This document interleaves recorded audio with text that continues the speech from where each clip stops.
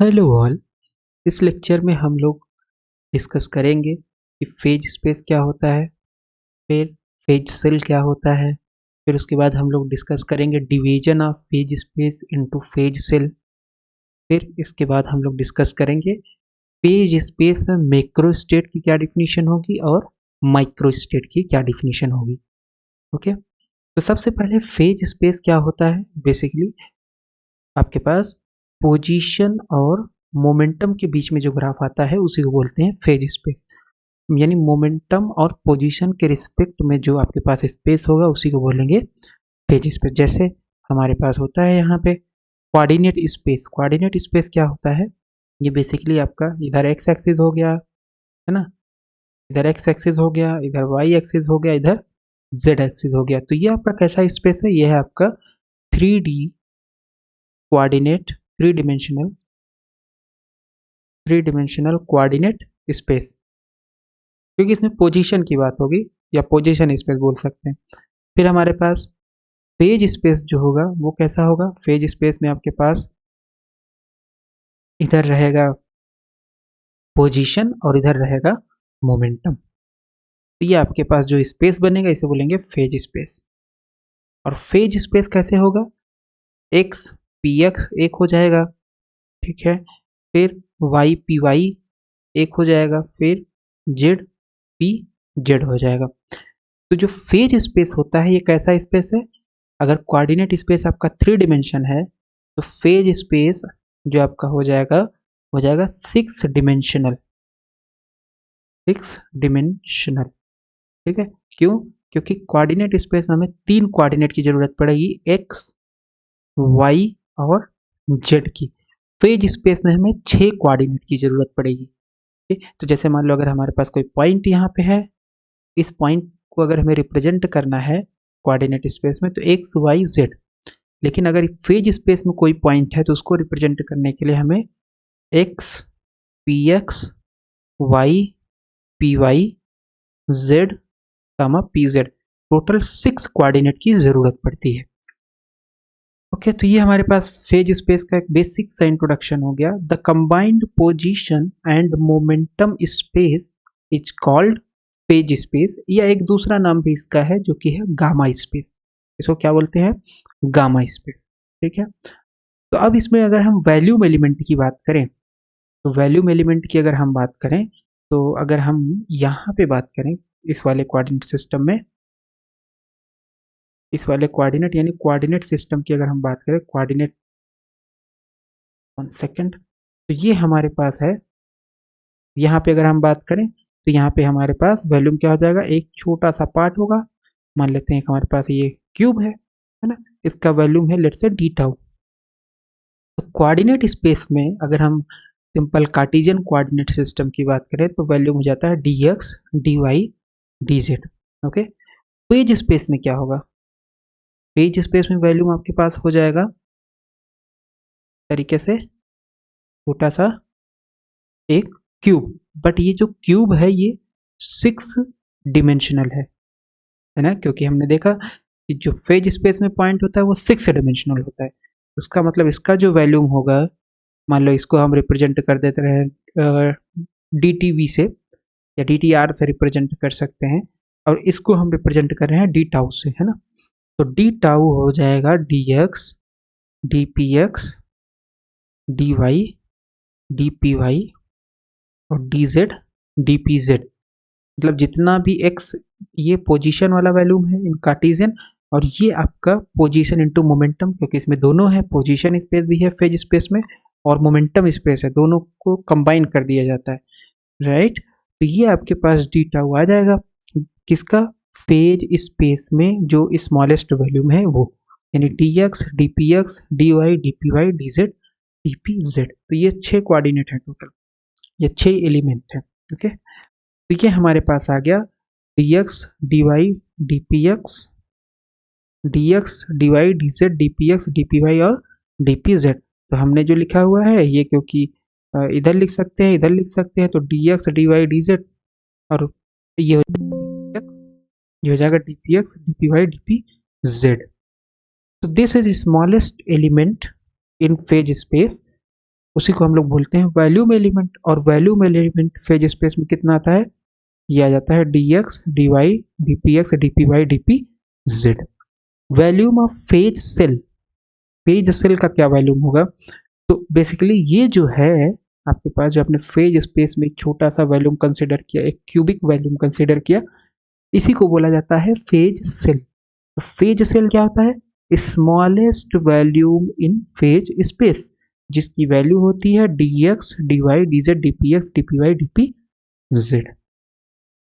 फिर phase point क्या होता है, फेज पॉइंट, तो फेज पॉइंट क्या है कि अगर इस क्यूब को हम सभी डायरेक्शन से प्रेस करें, सपोज सभी डायरेक्शन से प्रेस करें और ये क्यूब कंप्रेसिबल है, तो क्या होगा, ये क्यूब छोटा होते होते होते होते हमें जस्ट एक पॉइंट दे देगा, और ये जो पॉइंट होगा इसी को बोलते हैं फेज पॉइंट। इसी को क्या बोलते हैं, फेज पॉइंट। तो ये जो आपके पास है, in the limit of reducing the size of phase cell we get phase point. Okay, तो ये हमने देख लिया कि बेसिक फेज स्पेस में हमारे पास वॉल्यूम क्या होता है फेज सेल का, फिर उसमें फेज पॉइंट क्या होता है, फेज स्पेस क्या होता है, तो ये डिस्कशन हो गया। डिवीजन ऑफ, इसके बाद हम लोग करेंगे division of phase space into phase cell. तो ये हमारे पास फेज स्पेस है पूरा, क्यू और पी का है ना, ये हमारे पास पूरा एक फेज स्पेस है। तो इसको अगर हम डिवाइड करें, इसको अगर हम डिवाइड करें नंबर ऑफ फेज सेल में, तो कितने नंबर ऑफ फेज सेल बनेंगे। फेज सेल क्या है, फेज सेल है smallest volume in phase space, smallest volume in phase space. तो ये हो जाएगा आपके पास। सबसे पहले हम लोग करते हैं क्या है, 1 सेकेंड, तो यहाँ पे ले लेते हैं। तो ये हमारे पास है D tau D X D P X D P Y D P Z, और ये इतना है राइट। तो अगर हमें इस पूरे स्पेस का वॉल्यूम चाहिए, सपोज इस पूरे स्पेस का, 1 सेकेंड, इस पूरे स्पेस का अगर हमें वॉल्यूम चाहिए तो हमें क्या करना पड़ेगा, हम मान सकते हैं कि इस छोटे छोटे क्यूब से मिल करके आपका ये पूरा स्पेस बना हुआ है। तो एक क्यूब का वॉल्यूम हमें पता है, जो कि ये फेज सेल है, इसका वॉल्यूम हमें पता हुआ है। तो अगर हम इसको इंटीग्रेट कर दें तो हमें क्या मिल जाएगा, हमें मिल जाएगा पूरे फेज सेल का, पूरे फेज स्पेस का वॉल्यूम। तो फेज स्पेस का जो वॉल्यूम होगा, फेज स्पेस वॉल्यूम या वॉल्यूम ऑफ फेज स्पेस, ये हो जाएगा इंटीग्रेशन, क्योंकि 6 आपके पास वेरिएबल हैं, 6 इंटीग्रेशन होगा, 2 2 4 5 1 6। ओके, तो ये कितना हो जाएगा हमारे पास, ये हो जाएगा D X D Y D Z into D P X D P Y और डी पी जेड। ये आ जाएगा हमारा फेज स्पेस का वॉल्यूम। ठीक है, फेज सेल का वॉल्यूम हमारे पास कितना है, डी टाउ है। तो इसका मतलब अगर हमें नंबर ऑफ फेज सेल चाहिए, नंबर ऑफ फेज सेल, तो ये क्या हो जाएगा, फेज स्पेस का वॉल्यूम या वॉल्यूम ऑफ फेज स्पेस जो हमने ये निकाला हुआ है, volume of phase space divided by volume of single phase cell, single phase cell का वॉल्यूम। ठीक है, तो सपोज हमारे पास ये, अगर हम ऐसे बना दें, मान लो ये हमारे पास एक बॉक्स है, 2 बॉक्स है, 3 बॉक्स है, 4 बॉक्स है, ठीक है, 5 बॉक्स है, मान लो इस तरीके से है। 1 सेकेंड, ठीक है, 1 2 3 4 और ये हमारे पास 5 बॉक्स है। तो अगर हमें बोला जाए कि इन सभी बॉक्सेस का वॉल्यूम सेम है, मान लो सभी का वॉल्यूम कितना है, वी वी वी वी और वी, तो टोटल वॉल्यूम कितना हो जाएगा, टोटल वॉल्यूम हो जाएगा 5v। टोटल वॉल्यूम कितना हो जाएगा, 1 2 3 4 5, क्योंकि सभी का वॉल्यूम सेम है। और अगर हम इसमें डिवाइड कर दें एक के वॉल्यूम से, तो हमें क्या मिल जाएगा, हमें मिल जाएगा number of boxes, number of boxes मिल जाएगा। तो आ जाएगा कितने के बराबर होगा, 5 के बराबर होगा। ठीक है, तो अगर हमारे पास टोटल वॉल्यूम पता है, उसमें एक सिंगल बॉक्स के वॉल्यूम से डिवाइड कर देंगे, क्योंकि सारे बॉक्सेस का वॉल्यूम सेम है, वो हमें दे देगा नंबर ऑफ बॉक्सेस। तो ये हो गया volume of phase space divided by volume of single phase cell. Okay, तो यहाँ पे हमारे पास अब क्वेश्चन उठता है कि volume of single phase cell क्या है, आंसर है ये है तो क्या इसके ऊपर कोई कंडीशन है कि इतना बड़ा बॉक्स हो सकता है, इतना बड़ा हो सकता है, इतना बड़ा हो सकता है कि इतना बड़ा हो सकता है? आंसर है यस। इसके ऊपर एक कंडीशन लागू होती है फेज सेल के जो वॉल्यूम है, ठीक है। So this is phase cell, phase, और ये है फेज सेल। तो ये जो वॉल्यूम डी टाउ है इसके ऊपर एक कंडीशन लागू होगी, और वो कंडीशन कौन सी होगी? वो कंडीशन आपकी होगी हाइजेनबर्ग अनसर्टेनिटी प्रिंसिपल। क्योंकि हम लोग यहाँ पे काम कर रहे हैं पोजीशन और मोमेंटम में, तो ये हमारे पास हो जाएगा, ये हो जाएगा हमारे पास, 1 सेकेंड, तो ये आ जाएगा dx into D P X is greater than or equal to H upon 4 pi, right, इतना होता है। ये होता है dx into Heisenberg uncertainty, Heisenberg uncertainty की अगर हम बात करें तो क्या होता है, dx यानी x में अनसर्टेनिटी इंटू इसके मोमेंटम px में अनसर्टेनिटी, इसको जब आप निकालोगे तो ये हमेशा greater than or equal to आएगा एच अपान 4 पाई। लेकिन हम लोग यहाँ पे जस्ट लेके चलेंगे एच, है ना, कन्वेंशन है एच ही लेके चलेंगे, एच अपान 4 पाई है बट हम लोग लेके चलेंगे एच, क्योंकि बहुत ज़्यादा फर्क नहीं आएगा। एच की वैल्यू होती है 6.64 10⁻34, पहले ही इतनी छोटी है तो 4 पाई से डिवाइड करने से बहुत ज़्यादा फर्क नहीं पड़ेगा। तो यहाँ पे हमारे पास dx के लिए हो गया और dpx के लिए हाइजेनबर्ग अनसर्टेनिटी, फिर dy dpy के लिए हो जाएगा h, फिर dz और dpz के लिए हमारे पास हो जाएगा अनसर्टेनिटी प्रिंसिपल। ओके, तो अगर हम यहाँ पे रख दें, यहाँ पे अगर हम रख दें तो हमारे पास आ जाएगा डी टाउ, ये dx dpx है तो ये भी greater than or equal to हो जाएगा h, ये हो जाएगा h, यहाँ इसकी वैल्यू रख दी है हाइजेनबर्ग अनसर्टेनिटी से greater than or equal to h, फिर ये आ जाएगा greater than or equal to h, फिर ये आ जाएगा greater than or equal to h। तो इसका मतलब है डी टाउ आ गया greater than or equal to H cube, यानी जो हमारे पास फेज स्पेस में स्मॉलेस्ट वॉल्यूम होगा ये, उसकी वैल्यू कम से कम एच क्यूब के बराबर होगी, नहीं तो उससे बड़ी होगी। कम से कम क्या होगा, एच क्यूब के बराबर होगी नहीं तो बड़ी होगी।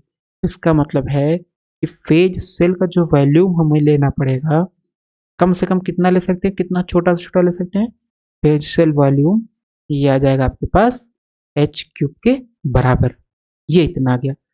तो हमारे पास हो गया फेज सेल का वॉल्यूम, और ये फेज स्पेस का वॉल्यूम इंटीग्रेशन वाला है, सब्सटीट्यूट कर देंगे तो हमें मिल जाएगा नंबर ऑफ फेज सेल, ठीक है। सो हमारे पास आ जाएगा नंबर ऑफ फेज सेल, तो this symbol is for number of phase cell, कितने बराबर आ जाएगा, integration 2 3 5 1 6 dx dpx dy dpy और dz, second dz dpz upon phase cell का वैल्यूम कितना है, एच क्यूब। तो ये हमारे पास फार्मूला आ गया नंबर ऑफ फेज सेल का, जो कि होगा integration divided by H cube, ठीक है। तो यहाँ पे हम लोगों ने लिखा हुआ है number of phase cell, minimum volume of phase cell, तो ये हमने निकाल लिया H cube. Okay, number of phase cell हमारे पास हो जाएगा total integration dx dy dz dpx dpy dz divided by single phase cell का वॉल्यूम जो कि एच क्यूब होता है, दिया गया फेज स्पेस का volume divided by phase cell का वॉल्यूम, ये बेसिकली होता है नंबर ऑफ फेज सेल के निकालने के लिए। तो ये हमारे पास आ गया formula. A point in phase space is actually considered to be a cell. क्यों ऐसा है, क्योंकि हमें हाइजेनबर्ग अनसर्टेनिटी से जो मिला है कि फेज स्पेस में जो स्मॉलेस्ट वॉल्यूम होगा उसकी वैल्यू कितनी होगी, एच क्यूब होगी, इससे छोटा हो ही नहीं सकता है। तो फेज स्पेस में कोई फेज पॉइंट नहीं होता है, फेज स्पेस में क्या होता है, फेज सेल होता है, और उस फेज सेल के अंदर पार्टिकल कहीं पे भी हो सकता है। तो फॉर एग्जांपल अगर हम यहाँ पे बनाए हैं तो ये हो जाएगा, सेकंड, तो ये आ गया आपके पास एक बॉक्स है, ठीक है। तो ये जो बॉक्स है इसके अंदर मान लो हमारे पास फेज पॉइंट है यहाँ पे कहीं पे, तो दिस इज जाएगा X Y Z P X P Y P Z. तो ये जो पॉइंट है, ये पॉइंट पेज स्पेस में कहाँ पे रहेगा? ये रहेगा इस बॉक्स के अंदर कहीं पे भी हो सकता है। एक्यूरेट पॉइंट के साथ हम नहीं बता सकते फेज स्पेस में कि ये पॉइंट यहाँ पे होगा। ये पॉइंट कहाँ पे होगा? ये होगा एक फेज सेल या इस बॉक्स के अंदर। ठीक है, क्यों? क्योंकि हमारे पास जो स्मॉलेस्ट वैल्यूम है उसकी value greater than or equal to H cube आएगी, इससे छोटा हो ही नहीं सकता है। तो इसलिए जो फेज स्पेस होता है उसमें हमारे पास जो पार्टिकल होगा वो एक फेज सेल के अंदर होगा, और उस फेज सेल के अंदर जो वैल्यूम है उस वैल्यूम की वैल्यू कितनी है? एच क्यूब है। So the particle in phase space cannot be considered exactly located at point x, y, z, px, py, pz, okay, but can only be found somewhere within a phase cell centered at that point.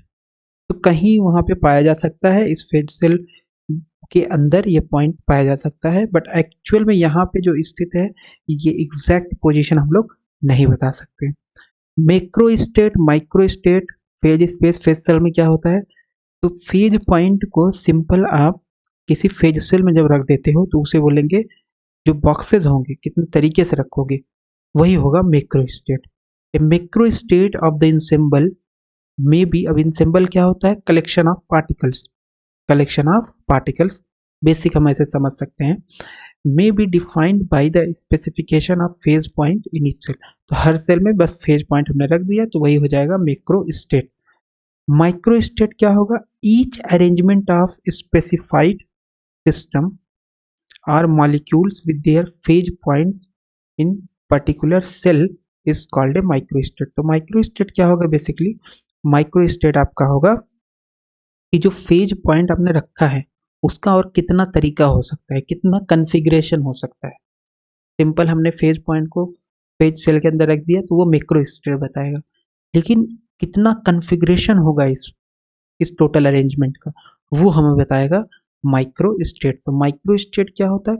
ये होता है macro state के corresponding. तो macro state ये just आपको ऊपर ऊपर एक आइडिया दे देगा, बट उसमें कितना अरेंजमेंट होगा वो बताएगा नंबर ऑफ माइक्रो स्टेट। ठीक है।